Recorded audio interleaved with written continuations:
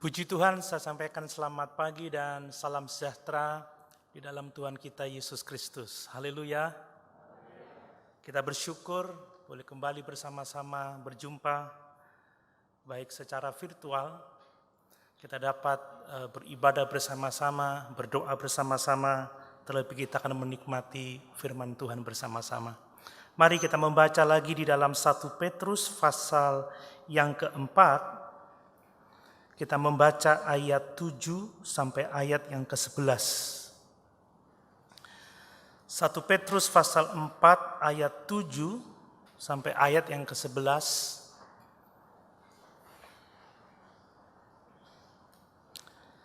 Demikian firman Tuhan. Kesudahan segala sesuatu sudah dekat.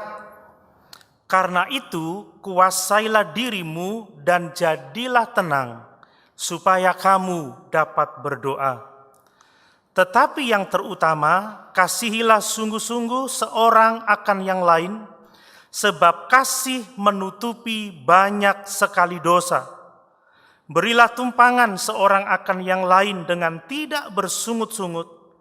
Layanilah seorang akan yang lain, sesuai dengan karunia yang telah diperoleh tiap-tiap orang, sebagai pengurus yang baik dari kasih karunia Allah. Jika ada orang yang berbicara, baiklah ia berbicara sebagai orang yang menyampaikan firman Allah. Jika ada orang yang melayani, baiklah ia melakukannya dengan kekuatan yang dianugerahkan Allah, supaya Allah dimuliakan dalam segala sesuatu karena Yesus Kristus. Ialah yang empunya kemuliaan dan kuasa sampai selama-lamanya. Amin. Puji Tuhan.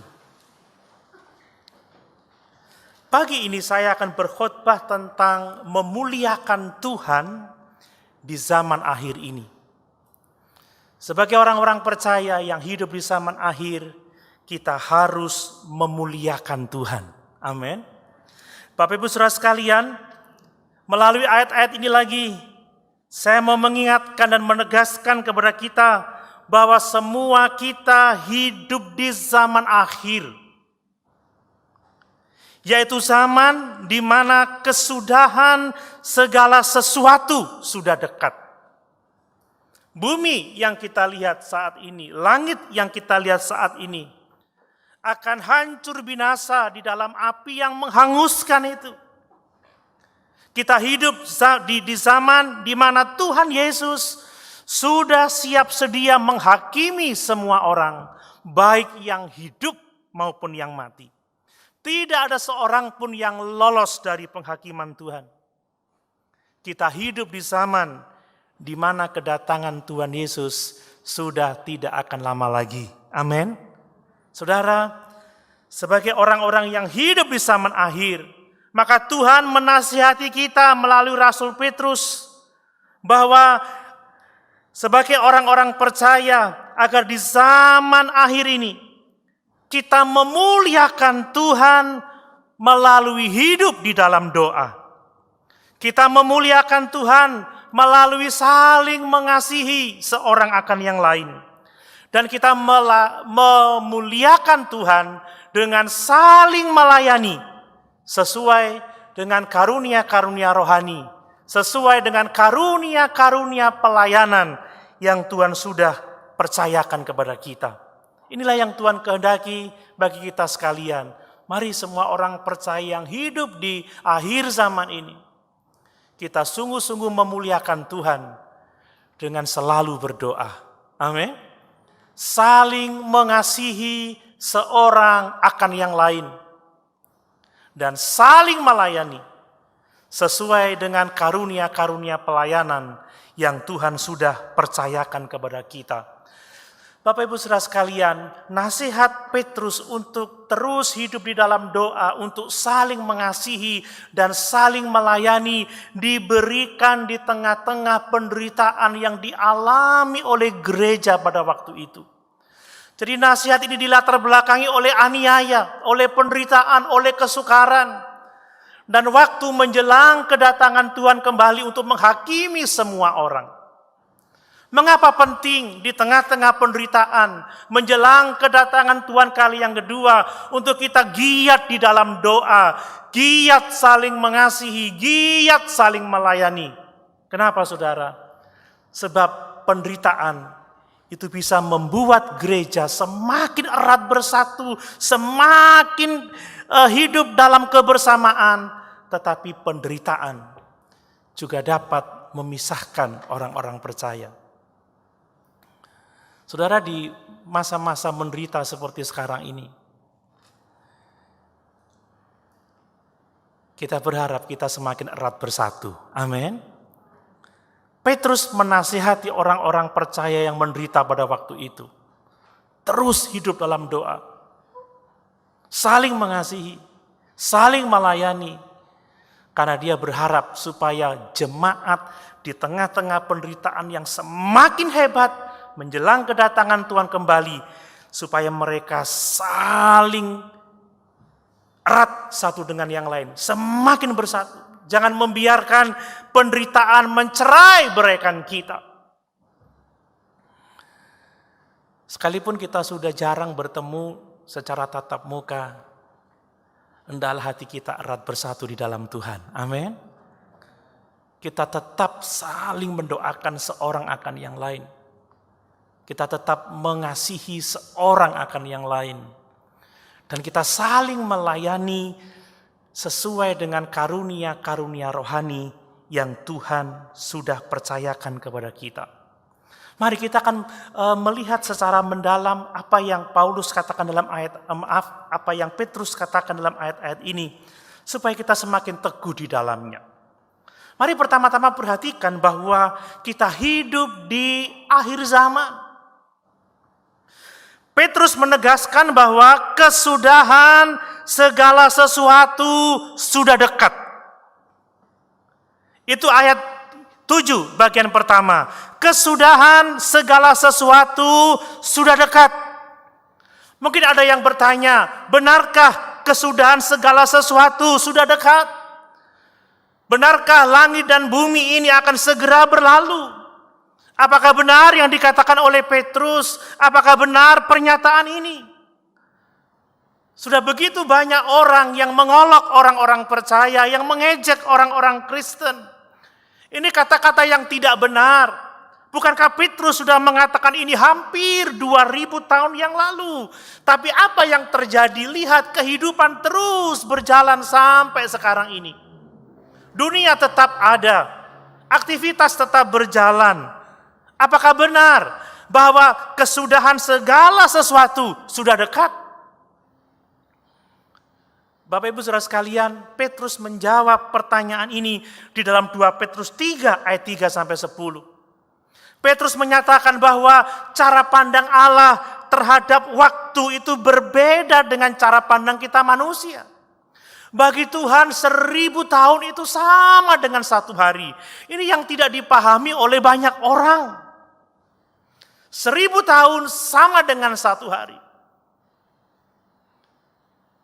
Itu sebabnya kalau Tuhan memperpanjang waktu sampai kepada hari penghakiman itu semata-mata karena Tuhan berbelas kasihan kepada kita. Itu semata-mata karena Allah sabar, sebab Tuhan tidak menghendaki ada seorang pun yang binasa.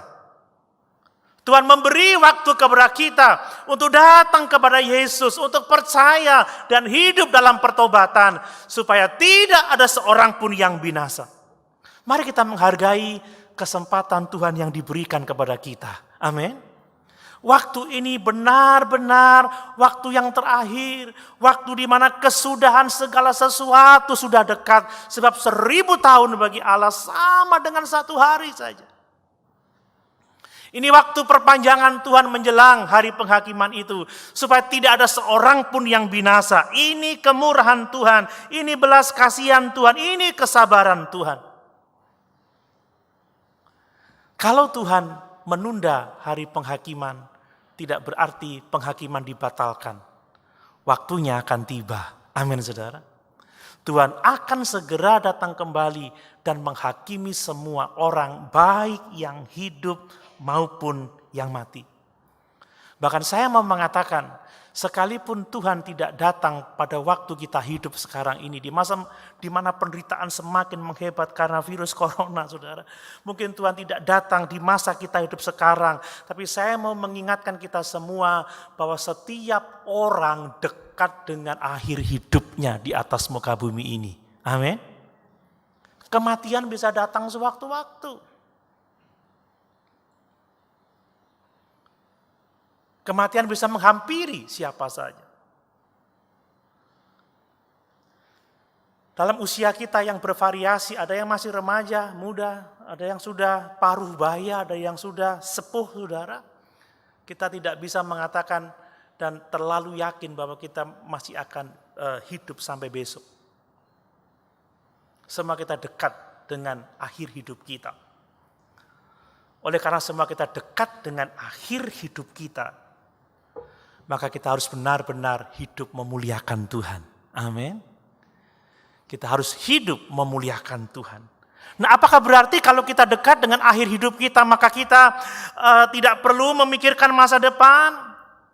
Kita diam saja dan menunggu Tuhan datang menghakimi semua orang? Tentu saja tidak, saudara. Berbicara tentang masa depan, mari kita hidup seolah-olah kita hidup 1000 tahun lagi. Kita merencanakan sesuatu yang baik untuk masa depan kita. Tetapi kita juga harus menyadari bahwa kemungkinan besok kita tidak akan hidup lagi. Dengan demikian kita hidup dengan sungguh-sungguh mengasihi Tuhan. Hidup dengan sungguh-sungguh memuliakan Tuhan. Seolah-olah besok kita tidak hidup lagi.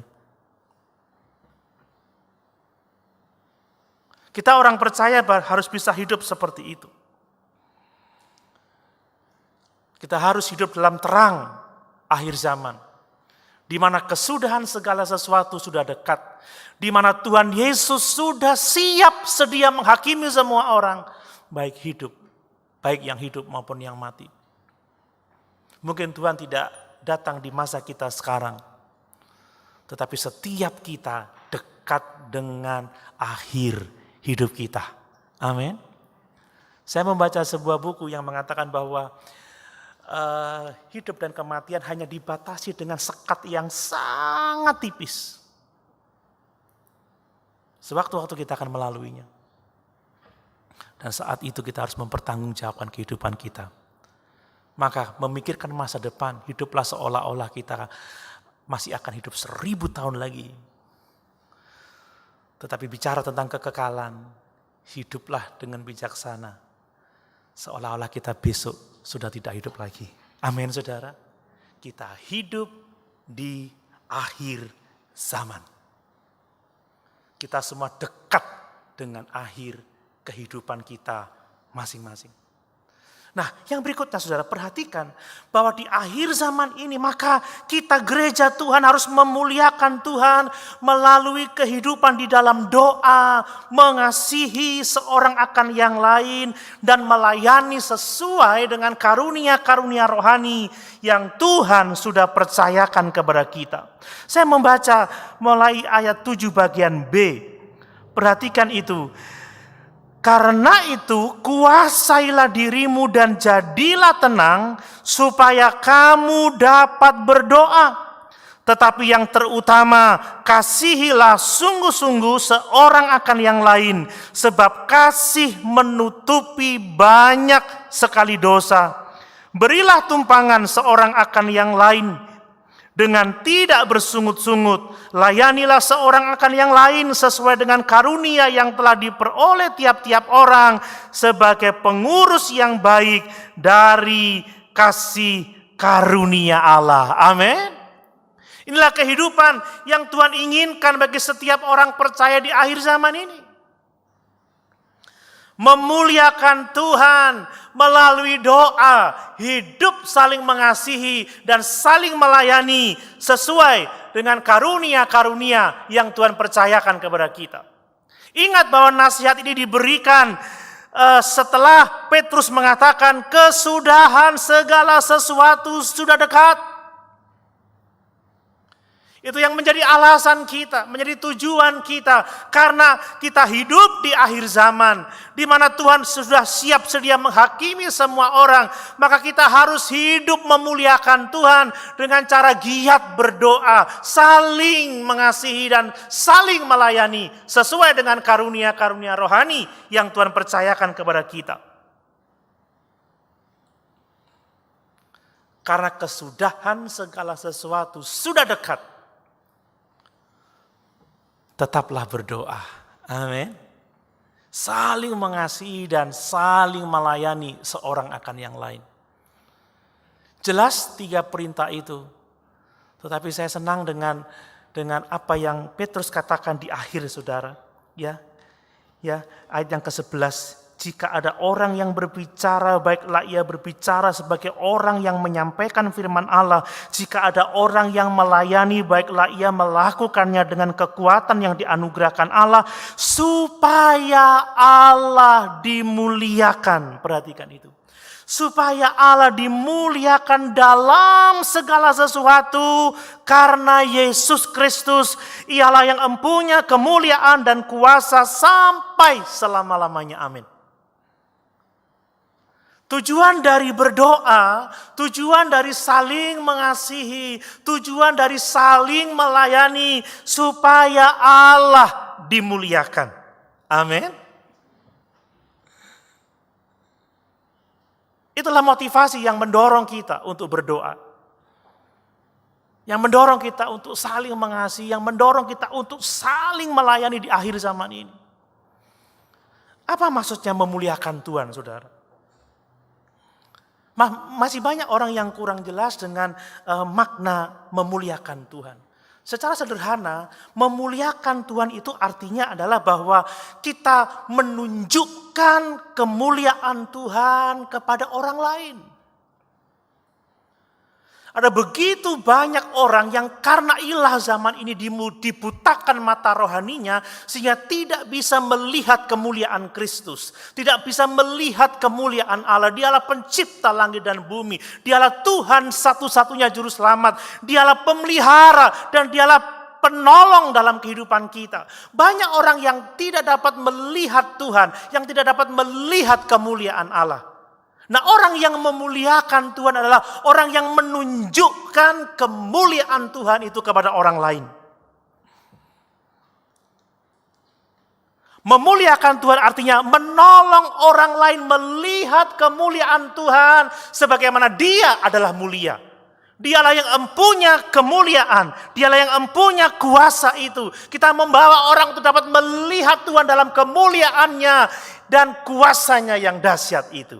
Amin. Ini memuliakan Tuhan. Dengan kata lain, saudara, saya juga dapat mengatakan bagaimana kita membuat Tuhan terlihat baik oleh orang lain sebagaimana Dia adalah baik. Bagaimana kita membuat Yesus kelihatan mulia sebagaimana Dia adalah mulia. Ini memuliakan Tuhan. Jadi Tuhan mau melalui kehidupan kita orang melihat Allah itu mulia. Tuhan mau melalui kehidupan kita menolong orang lain melihat Tuhan itu mulia. Sebagaimana Dia yang mempunyai kemuliaan dan kuasa sampai selama-lamanya itu. Bagaimana kehidupan kita orang Kristen membuat orang lain dapat melihat Tuhan itu mulia. Sebagaimana Dia itu adalah mulia adanya. Ini yang namanya memuliakan Tuhan, saudara. Beberapa tahun yang lalu saya sama saudara Johan gemar memotret. Tapi sudah lama tidak memotret. Dulu suka pakai kamera profesional itu. Apa namanya itu, DSLR atau apa itu. Kamera DSLR ya. Tujuan kita memotret adalah untuk kita menangkap keindahan sebuah fenomena ya, sebuah pemandangan, dan kita berusaha untuk dapat menunjukkan betapa indahnya pemandangan itu kepada orang lain. Kamera yang baik bisa menunjukkan warna sedekat dengan aslinya. Kita cari angle yang terbaik, kita foto dengan komposisi yang terbaik. Ini supaya lihat, dan ini indah sekali. Dan di zaman era internet yang sangat luar biasa ini, orang banyak foto-foto dan memamerkan foto-foto itu tujuannya apa? Untuk menunjukkan keindahan sebuah pemandangan. Saudara, seorang fotografer tujuannya adalah untuk menunjukkan keindahan sesuatu atau pemandangan atau bisa benda-benda atau apa saja. Dan fotografer yang baik membuat orang lain mengatakan, indah sekali pemandangan ini. Amin. Orang akan melupakan fotografernya. Orang terkesima dengan pemandangannya. Demikianlah yang Tuhan mau dari kita, saudara. Kalau kita memuliakan Tuhan, maka orang berkata, Tuhan Yesus itu baik. Amin. Tuhan Yesus itu mulia. Dia pencipta langit dan bumi. Dia juru selamat. Dia adalah firman yang menjelma menjadi manusia. Yang telah mati menebus dosa manusia. Supaya barang siapa yang percaya kepadanya tidak binasa, melainkan beroleh hidup yang kekal. Ketika orang memuliakan Tuhan, maka orang lain akan melihat Yesus itu adalah hakim yang adil. Orang akan memuliakan Tuhan. Orang akan beroleh iman dan diselamatkan. Itu namanya memuliakan Tuhan. Orang dapat berkata, Tuhannya orang Kristen itu hebat. Amin. Tuhannya orang Kristen itu mulia. Tidak ada Tuhan yang seperti dia. Saya kemarin melihat, ngintip sembunyi-sembunyi mendengar pelatihan choir, song leader ya. Allah mana yang dahsyat seperti Allah kita. Amin. Kita tahu itu, tapi bisakah kita memuliakan Tuhan, menunjukkan kehebatan Allah kita kepada orang-orang yang ada di sekitar kita? Allah mana yang dahsyat seperti Allah kita. Allah mana yang dahsyat seperti Allah kita. Dia kuat. Amin. Orang harus bisa melihat itu dari kehidupan kita. Dan penuh kuasa, tiada Allah yang seperti Dia. Amin. Kemarin dites untuk lekukan terakhir. Maaf Pak Yosef, saya dihibur sama Pak Yosef sampai ketawa saya. Di bagian apa? Referennya itu ya, yang kemarin diajari itu. Bisakah melalui hidup kita orang melihat Allah kita dahsyat dan luar biasa? Itu memuliakan Tuhan.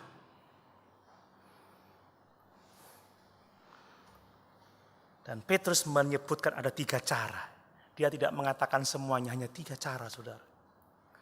Kita bisa menolong orang lain melihat kemuliaan Tuhan melalui kehidupan doa kita. Melalui kasih kita seorang akan yang lain. Dan melalui pelayanan kita sesuai dengan karunia-karunia rohani yang dipercayakan kepada kita. Amin. Mau memuliakan Tuhan? Mau menolong orang berkata, Yesus dahsyat, Allah, orang Kristen itu luar biasa, mulia Dia. Tidak ada Allah yang seperti Allahnya orang Kristen. Mari kita lihat, saudara, bahwa gereja harus memuliakan Tuhan melalui berdoa, saudara. Itu di dalam ayat yang ke-7 bagian B. Karena itu kuasailah dirimu dan jadilah tenang supaya kamu dapat berdoa. Pertanyaannya adalah bagaimana doa bisa memuliakan Tuhan? Bagaimana dengan orang lain melihat kita berdoa, mereka dapat melihat bahwa Tuhan Allah kita itu mulia. Bapak Ibu Saudara sekalian, dengan berdoa kita menyatakan kepada orang-orang lain, kita menyatakan kepada diri kita bahwa kita lemah, bahwa kita tak berdaya, bahwa tanpa Tuhan kita tidak mampu berbuat apa-apa. Amin. Dengan berdoa kita mengatakan bahwa Yesuslah penolong satu-satunya. Bahwa Yesuslah yang sanggup menyelamatkan kita. Dan kalau orang bertanya, mengapa kamu berdoa? Ya, kita manusia lemah, kita manusia tak berdaya, kita tidak mampu berbuat apa-apa. Saya berdoa kepada Yesus sebab dialah Tuhan, dialah juru selamat, dialah yang sanggup menyelamatkan, dialah yang sanggup menolong, dialah yang sanggup menyembuhkan, dialah yang sanggup memberkati, dia yang sanggup membebaskan kita dari kematian akibat coronavirus. Amin, saudara.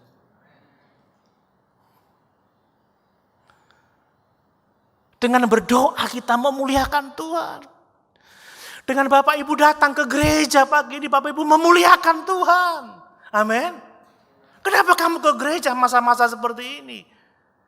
Memang dibatasi, tapi saya akan tetap datang ke gereja pakai masker. Kita pakai face shield. Kita bawa hand sanitizer. Kenapa kamu datang?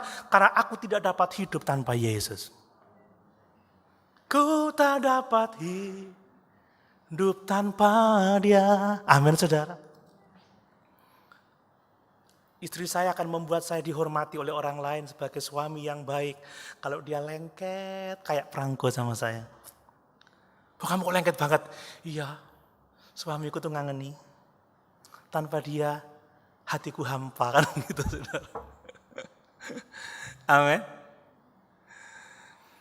Kalau saudara dekat dengan Tuhan, bergantung kepada Tuhan, saudara memuliakan Tuhan. Orang melihat betapa hebatnya Allah orang Kristen itu. Kalau orang sudah tidak berdoa lagi, dia sombong, saudara. Dia angkuh, dia merasa mampu, dia merasa bisa. Aku enggak ke gereja juga enggak apa-apa. Aku enggak kebaktian live streaming juga enggak apa-apa. Buktinya aku hidup sampai sekarang. Kamu tidak berdoa, aku bisa, aku kuat, aku sehat, imunku tinggi. Maskerku 3 play. Face shieldku ini hebat. Aku physical distancing.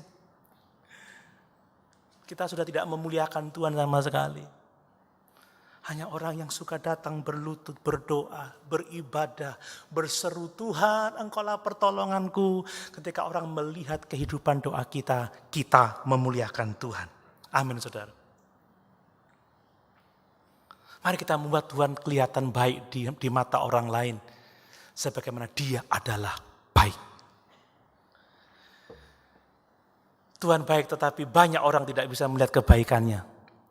Tetapi dengan doa-doa kita, kesetiaan kita dalam beribadah, orang bisa melihat betapa baiknya Tuhan Allah kita itu.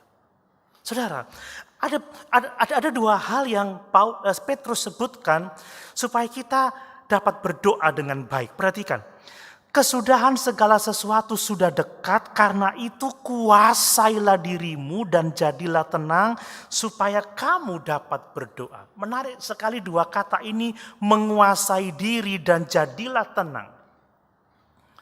Setelah saya melihat dari segi kata, saudara, ternyata 2 kata yang dipakai dalam bahasa Yunani ini memiliki pengertian yang hampir sama. Kata menguasai diri itu di dalam terjemahan bahasa Inggrisnya NIV itu be alert. Be alert. Be alert itu artinya waspada, saudara. Waspada. Be alert itu artinya waspada. Itu diterjemahkan dari bahasa Yunani soproneo. Soproneo itu artinya to be in a right state of mind. Artinya apa? Orang yang berada dalam kondisi pikiran yang benar, pikiran yang baik, pikiran yang sehat. Itu sama dengan tenang.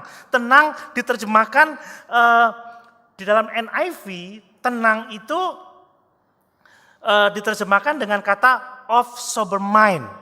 Menyangkut pikiran juga, dari kata Yunani nepo. Nepo artinya self-control.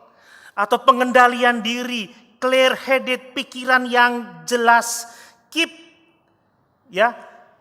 head, of sober mind, menjadi orang yang dapat mengendalikan dirinya, berpikir jernih, sadar, waspada. Ini artinya kuasailah dirimu dan jadilah tenang. Orang-orang yang pikirannya benar, orang-orang yang pikirannya jernih, orang-orang yang waspada, yang tidak mudah disesatkan. Orang-orang yang tenang. Saya suka bagaimana The Message menerjemahkannya. The Message adalah terjemahan Alkitab dengan penafsiran. The Message mengatakan, take nothing for granted. Jadi kata kuasailah dirimu dan jadilah tenang diartikan take nothing for granted. Artinya apa? Kita tidak menerima segala sesuatu begitu saja. Kita tidak suka menelan mentah-mentah informasi yang kita terima. Kita tidak menelan mentah-mentah apa yang kita lihat. Kita memikirkannya, kita waspada, kita berhati-hati menerima segala sesuatu. Dengan kata lain saudara, kita menilai dengan hati-hati. Amin. Kalau orang pikirannya jernih, kalau orang pikirannya benar, kalau orang waspada saudara, sober of mind, orang hati-hati dalam berpikir, kalau orang tidak menerima segala sesuatu begitu saja, tetapi mempertimbangkan, menilai dengan baik-baik, maka orang akan berdoa. Amin. Amin.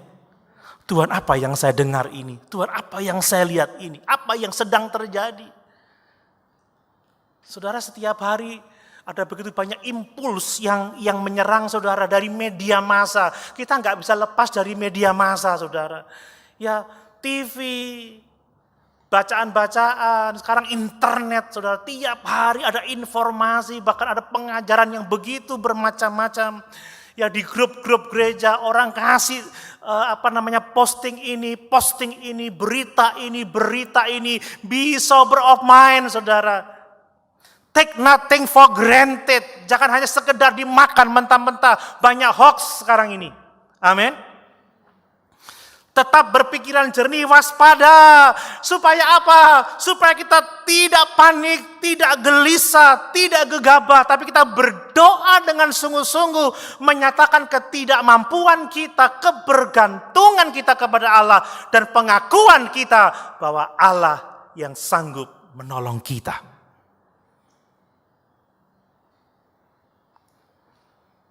Take nothing for granted.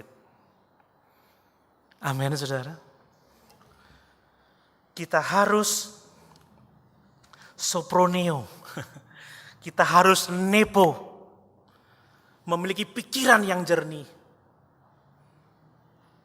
Bahwa Allah sedang memegang kendali. Apa yang kita dengar, apa yang kita lihat, apa yang kita alami. Kita terima dengan pikiran yang jernih. Kita kembali kepada firman Allah. Dan kita berdoa untuk segala sesuatu yang sedang kita hadapi hari-hari ini. Amin, saudara. Mari kita mengetahui bagaimana kita hidup di zaman akhir. Kita enggak sembrono, tapi kita lebih banyak lagi berdoa. Kita menjaga akal sehat kita. Kita bersikap bijaksana. Kita orang-orang yang berkepala dingin, tidak impulsif. Ya, tidak kompulsif, tidak impulsif, tidak dikuasai oleh emosi. Tidak terjadi fluktuasi dalam perasaan kita, naik turun dalam kehidupan kita. Ketenangan yang luar biasa karena kita berdoa kepada Allah yang sanggup menolong kita. Amin. Ini perlu disiplin rohani. Hanya dengan pikiran yang bersih, take nothing for granted, saudara dapat berdoa, beribadah dengan tenang. Dan melaluinya nama Tuhan dipuji dan dipermuliakan. Orang bisa melihat betapa baiknya Tuhan itu. Yang berikutnya saudara. Gereja harus memuliakan Tuhan dengan hidup saling mengasihi. Ayat yang ke-8. Tetapi yang terutama kasihilah sungguh-sungguh seorang akan yang lain. Sebab kasih menutupi banyak sekali dosa. Pertama-tama perhatikan kata-kata tetapi yang terutama. Saudara, tidak berarti bahwa Petrus sedang membanding-bandingkan antara berdoa dan mengasihi seorang akan yang lain. Seolah-olah kita harus memilih mengasihi dan melupakan berdoa. Tidak, berdoa itu harus. Paulus berkata, tetaplah berdoa. Berdoalah setiap waktu di dalam roh. Ini bukan perbandingan, tetapi Petrus sedang menunjukkan bahwa prioritas orang percaya adalah untuk saling mengasihi seorang akan yang lain. Doa harus, doa selalu, tidak berkeputusan. Tapi di atas semuanya itu, orang yang berdoa harus mengasihi seorang akan yang lain. Amin. Saling mengasihi itu adalah pusat kehidupan orang Kristen.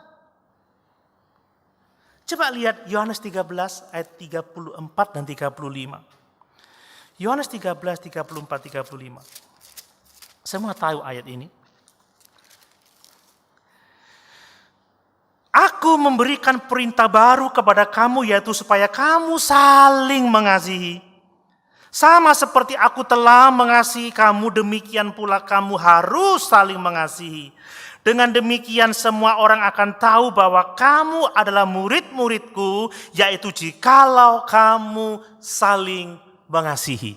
Amin. Saling mengasihi adalah perintah baru, kata Tuhan Yesus. Ini perintah baru kepada kamu. Dan saling mengasihi adalah bukti bahwa kita adalah murid-murid Kristus. Bukti bahwa kita adalah pengikut Kristus. Bapak Ibu bisa berdoa, tetapi tanpa saling mengasihi, maka ada yang salah dengan doa-doa kita. Jangan-jangan kita berdoa, Tuhan hancurkan dia yang menyakiti hatiku seperti itu. Tuhan singkirkan dia dari persekutuan, ini mungkin seperti itu. Perintah Tuhan Yesus disebut sebagai perintah baru, hendaklah engkau saling mengasihi. Dan orang yang saling mengasihi membuktikan dirinya adalah murid-murid Tuhan. Jadi kalau kita pakai istilah lama cuek bebek ya. Dulu istilahnya yang keren itu EGP, emangnya gue pikirin lu mau mati ya mati sono. Lu mau jatuh ya jatuh sono, bahasa seperti itu. Emangnya gue pikirin, kita bukan murid Tuhan. Kemuritan kita ditunjukkan dari hidup saling mengasihi. Amin.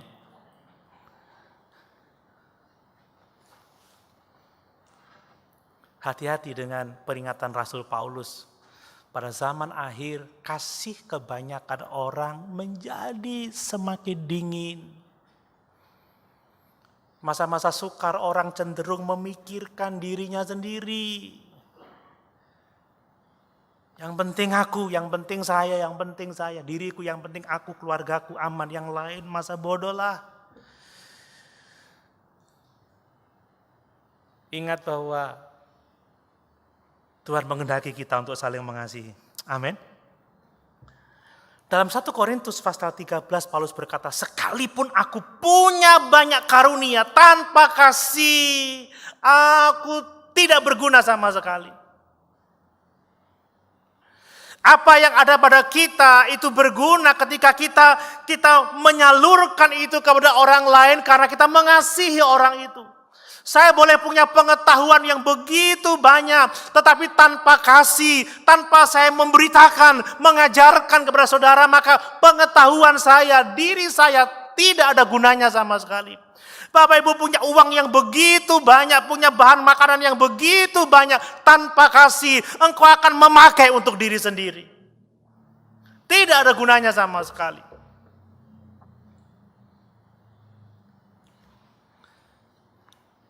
Yesus mengatakan, mengasihi sesama adalah perintah kedua setelah kita mengasihi Tuhan, dan itu adalah bukti bahwa kita mengasihi Tuhan.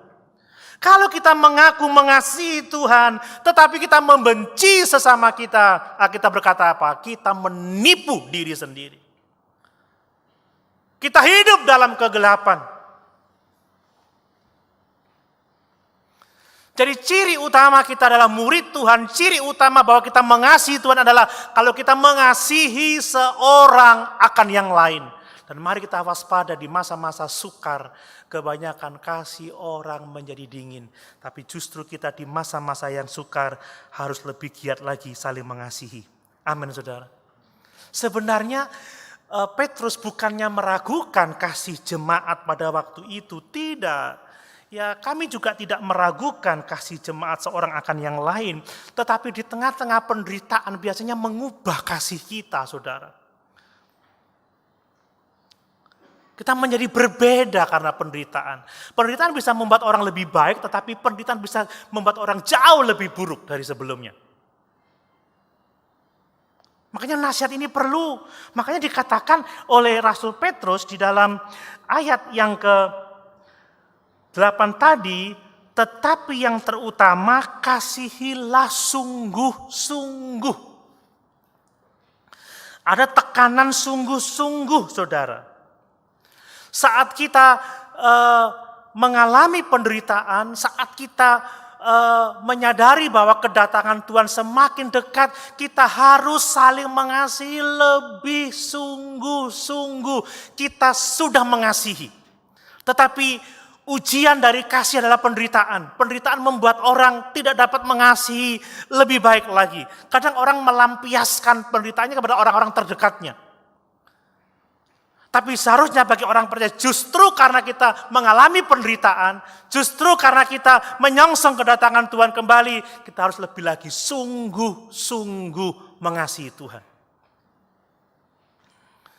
Kalau sebelum corona kita sungguh-sungguh, pada masa pandemi corona kita lebih sungguh-sungguh lagi mengasihi sesama.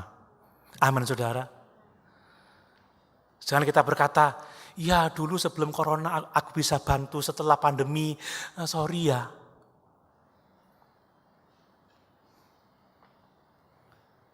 Sebelum pandemi saya masih bisa bantu, sekarang sorry ya. Apa seperti itu? Aduh maaf saya tidak bisa support lagi, ini lagi pandemi.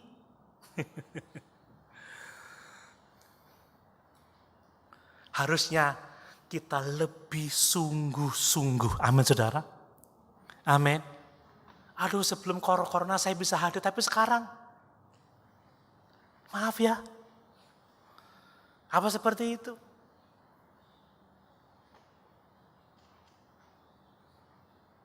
Kita mengurangi pelayanan kita mengurangi kasih kita karena penderitaan. Tidak, justru karena penderitaan sungguh-sungguh lagi. Kalau dulu saya melayani sungguh-sungguh, sekarang dikurangi dikit-dikit.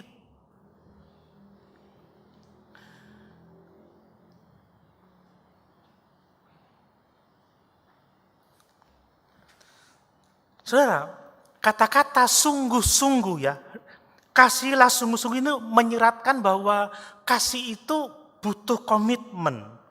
Kasih itu bukan hanya perasaan sentimental, tetapi komitmen untuk melakukan yang terbaik. Amin. Amin. Komitmen untuk memberikan yang terbaik. Dibutuhkan usaha terus-menerus untuk kita bisa mengasihi orang lain. Kasih itu diperintahkan karena kasih itu tindakan, bukan perasaan saja. Tapi tindakan. Memang ada perasaan yang mempengaruhi tindakan kita, tetapi kita harus tahu bahwa kasih adalah tindakan. Saudara, kasih itu menuntut pengorbanan. Kasih itu menuntut kerja keras.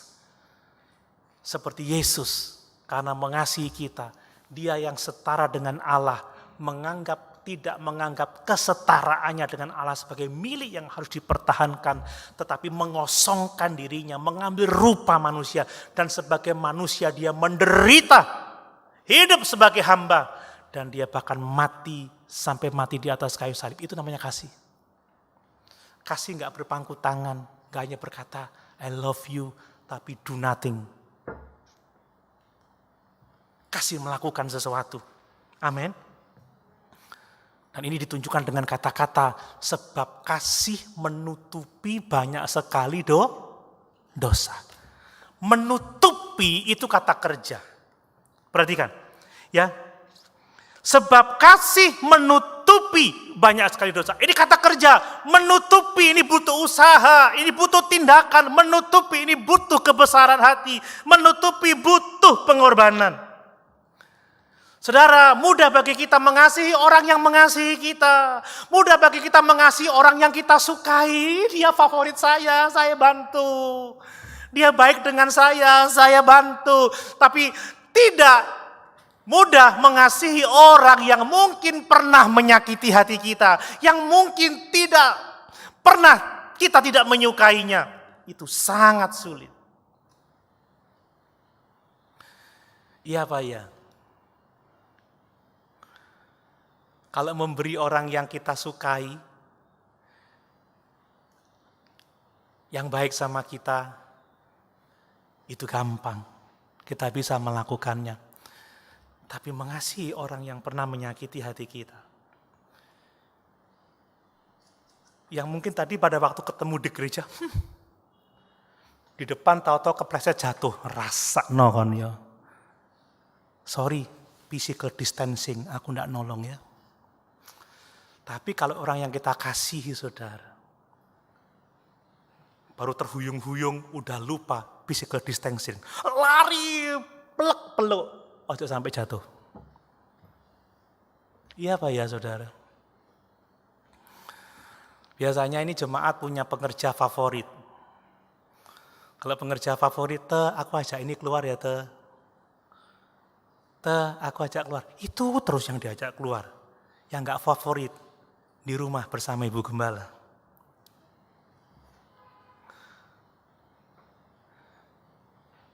Kalau senyum berarti benar itu. Ya. Ada pemain musik favorit. Ada pendeta favorit. Ada jemaat favorit. Kalau yang difavoritkan, tapi yang nggak favorit.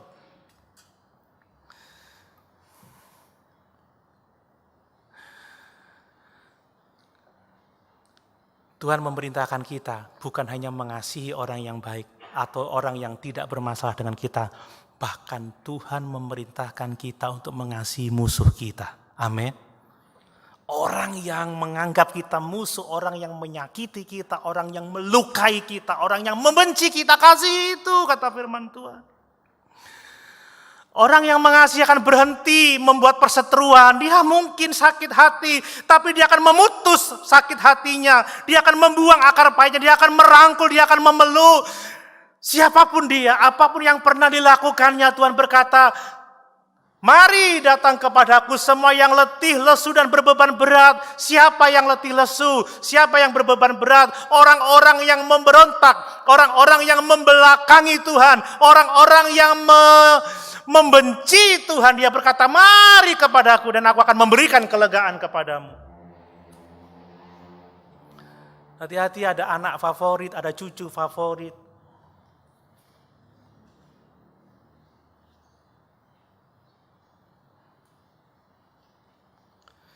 Kita harus mengasihi sama orang dengan kasih Kristus, kasih yang sama yang Tuhan inginkan kepada kita. Amin.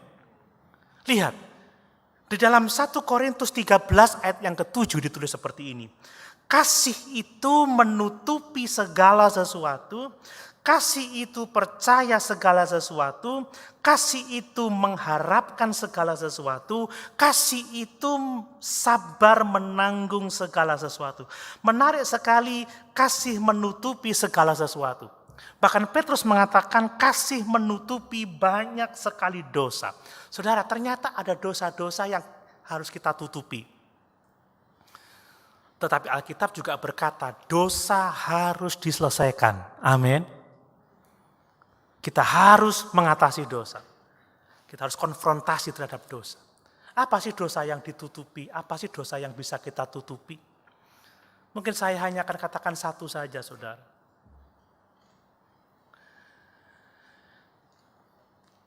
Anggap saja ini tentang anak saya, ini ilustrasi saja.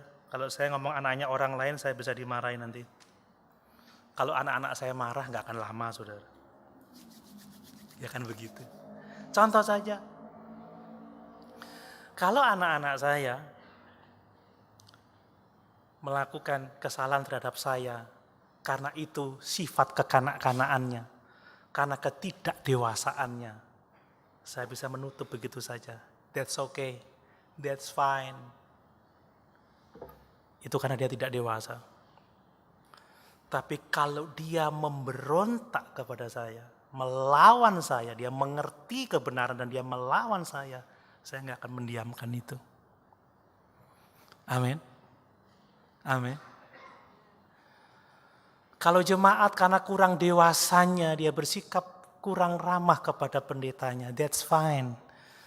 Tapi kalau dia tahu terang-terangan dia salah, dia tahu kebenaran, dia melawan, memberontak, itu harus segera diselesaikan.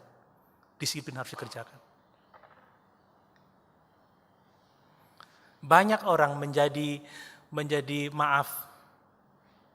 sangat menular karena pemberontakannya. Gara-gara 10 pengintai yang memberontak kepada Allah, memberontak kepada Musa, maka bangsa Israel menghadapi hukuman yang berat dari Tuhan. Ahan didisiplin oleh Tuhan karena dia memberontak. Dia mengambil apa yang dikuduskan bagi Tuhan. Penting untuk kita menutupi segala sesuatu, tetapi kita harus menyelesaikan dosa pemberontakan. Amin, saudara. Dosa pemberontakan. Kita harus mengasihi semua orang sebagai anggota tubuh Kristus, mengasihi mungkin orang-orang yang tidak kita sukai. Saudara, kita punya kecenderungan ini egois. Makanya lihat ayat yang ke-9. Berilah tumpangan seorang akan yang lain dengan tidak bersungut-sungut. Kenapa ada kata-kata berilah tumpangan seorang akan yang lain dengan tidak bersungut-sungut? Karena kecenderungan kita itu nggak suka gitu loh. Ini ada kecenderungan. Secara kelihatan kita, ya, oh dari mana? Oh senangnya macam-macam, dikasih minum, oh boleh mampir, boleh nginep semalam. Oh ya enggak apa-apa, tapi dang mulai wae. Ngerepoti tok iki. Kalau di depan, waduh apa kabar? Tapi di hati, tak kok maneh kon ya. Balik maneh wong situ iki. Kadang kita punya kecenderungan seperti itu, saudara. Makanya kenapa Petrus berkata, dengan tidak bersungut-sungut. Kemarin ada rapat gereja, kita komitmen untuk menutupi kekurangan gereja, itu baik.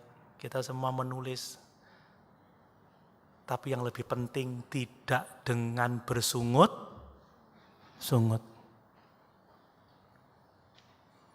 Kita kadang begitu, saudara. Memang kita kalau di depan secara fisik ya kelihatan, menyambut, tapi di hati, ini teko maneh wong iki ya. Ada seperti itu, saudara.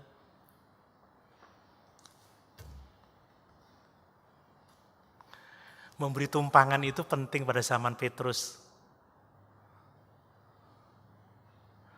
Zaman sekarang juga penting, tapi waspada. Di karantina dulu 14 hari sebelum bisa kumpul bersama-sama karena virus corona. Mengasihi semua orang. Amin, saudara. Itu menjadi sangat penting. Yang terakhir, saudara, kita memuliakan Tuhan dengan saling melayani sesuai dengan karunia pelayanan yang Tuhan percayakan kepada kita. Ayat 10. Layanilah seorang akan yang lain sesuai dengan karunia yang telah diperoleh tiap-tiap orang sebagai pengurus yang baik dari kasih karunia Allah. Jika ada orang yang berbicara, baiklah ia berbicara sebagai orang yang menyampaikan firman Allah. Jika ada orang yang melayani, baiklah ia melakukannya dengan kekuatan yang dianugerahkan Allah, supaya Allah dimuliakan dalam segala sesuatu, karena Yesus Kristus ialah yang empunya kemuliaan dan kuasa sampai selama-lamanya. Amin. Memuliakan Tuhan dengan saling melayani sebagai pengurus yang baik dari kasih karunia Allah. Saya mau menyampaikan kembali bahwa Petrus membagi karunia pelayanan dalam dua bagian, yaitu karunia berbicara dan karunia melayani atau karunia memberi. Ini Petrus membagi dalam dua, karunia berbicara dan karunia untuk melayani atau karunia untuk berbagi atau karunia untuk memberi. Memang karunia melayani ini yang menonjol, yang terlihat.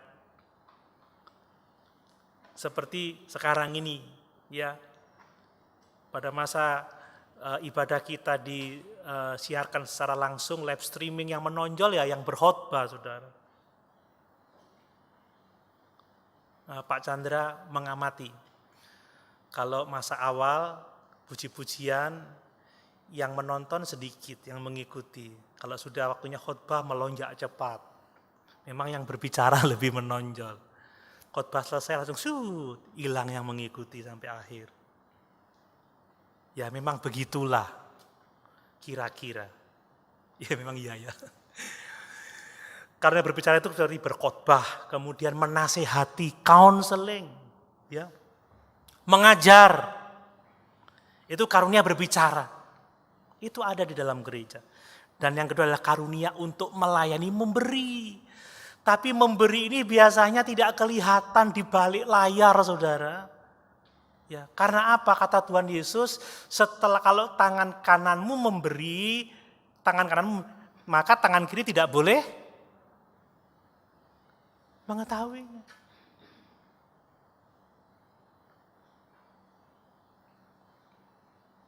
Kenapa orang ingin berbicara? Semua orang ingin berbicara, kebanyakan karena ingin menonjol.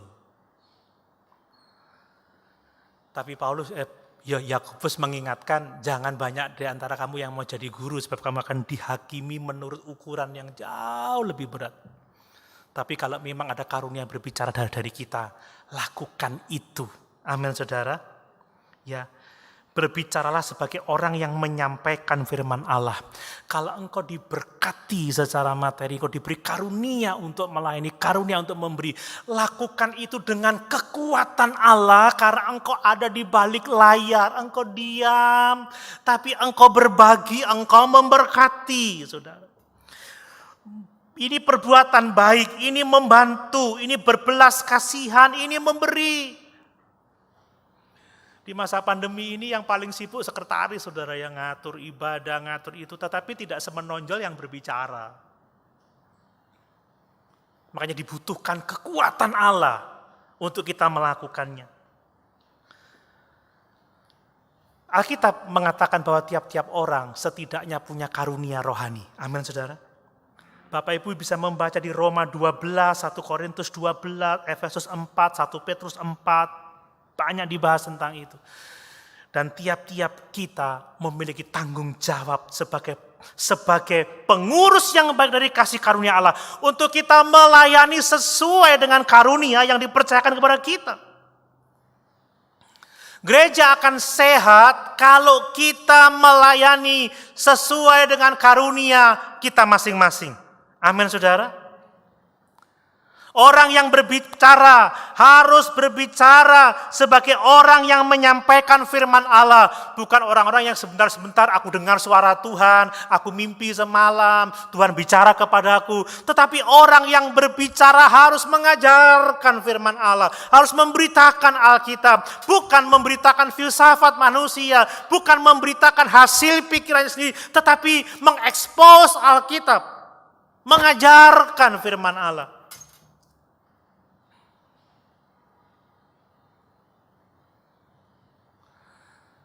Kadang ada godaan bagi saya untuk populer, khotbah-khotbah tema yang menarik, yang membuat orang menyukai saya, yang orang akan bilang, khotbahnya tidak membosankan.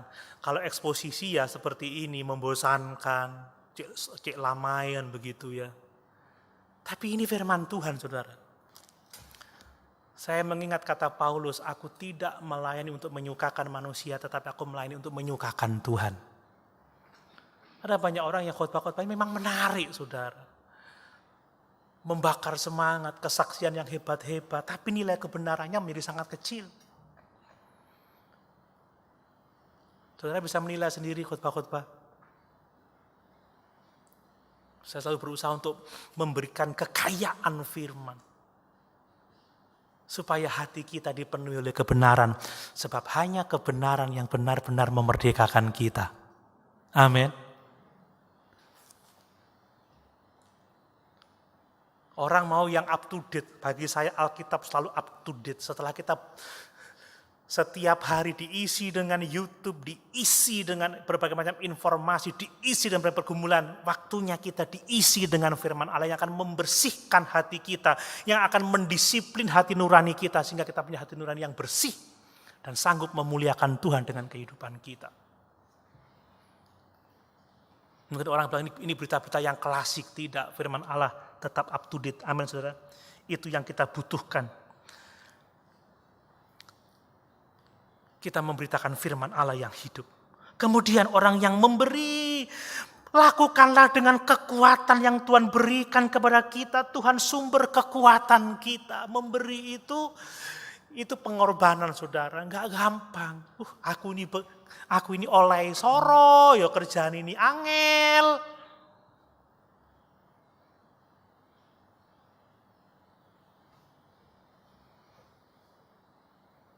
Kok enak orang lain tinggal terima saja.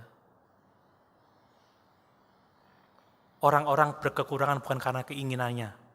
Paulus katakan jangan membantu orang malas. Amin, saudara. Amin. Jangan menolong orang yang tidak mau bekerja. Tapi ada orang yang sudah bekerja, udah berusaha, udah giat dia. Tapi memang Tuhan izinkan dia masih belum mendapatkan hasil pada waktu itu. Dan itulah kesempatan kita untuk melayani seorang akan yang lain. Amin, saudara. Amin. Justru adanya orang-orang yang seperti itu adalah ujian bagi kita. Apakah kita mau menjadi pengurus yang baik dari kasih karunia Allah yang dipercayakan kepada kita. Dan semua motif yang kita lakukan dalam melayani adalah supaya Tuhan dilihat baik. Oleh sebab dia adalah baik. Amin. Amin. Supaya kita menolong orang lain untuk melihat, untuk dapat melihat bahwa Tuhan Allah kita adalah Allah yang baik. Mari, saudara, kesudahan segala sesuatu sudah dekat. Tuhan sudah siap sedia menghakimi semua orang, baik yang hidup maupun yang mati. Jangan menunggu, jangan malas, jangan berpangku tangan. Mari kita mengevaluasi diri kita masing-masing. Apakah kita berusaha memuliakan Tuhan dalam hidup kita? Apakah kita berusaha supaya orang lain dapat melihat Tuhan yang mulia, mengenal Tuhan, dan mengatakan Tuhan itu baik. Tuhan itu penuh kuasa, Tuhan itu dahsyat, Tuhan itu juru selamat. Apakah kita bergantung sepenuhnya kepada Allah di dalam doa dan ibadah-ibadah kita hari-hari ini? Apakah kita saling mengasihi? Bahkan orang-orang yang mungkin bermasalah dengan kita, orang-orang yang membenci kita, orang-orang yang melukai hati kita. Dan ketahuilah karunia apa yang Tuhan percayakan kepada kita. Jadilah pengurus dari karunia Allah yang baik. Amin. Layani seorang akan yang lain dengan karunia yang ada padamu, supaya dengan demikian nama Tuhan Allah kita dipermuliakan. Mari sama-sama.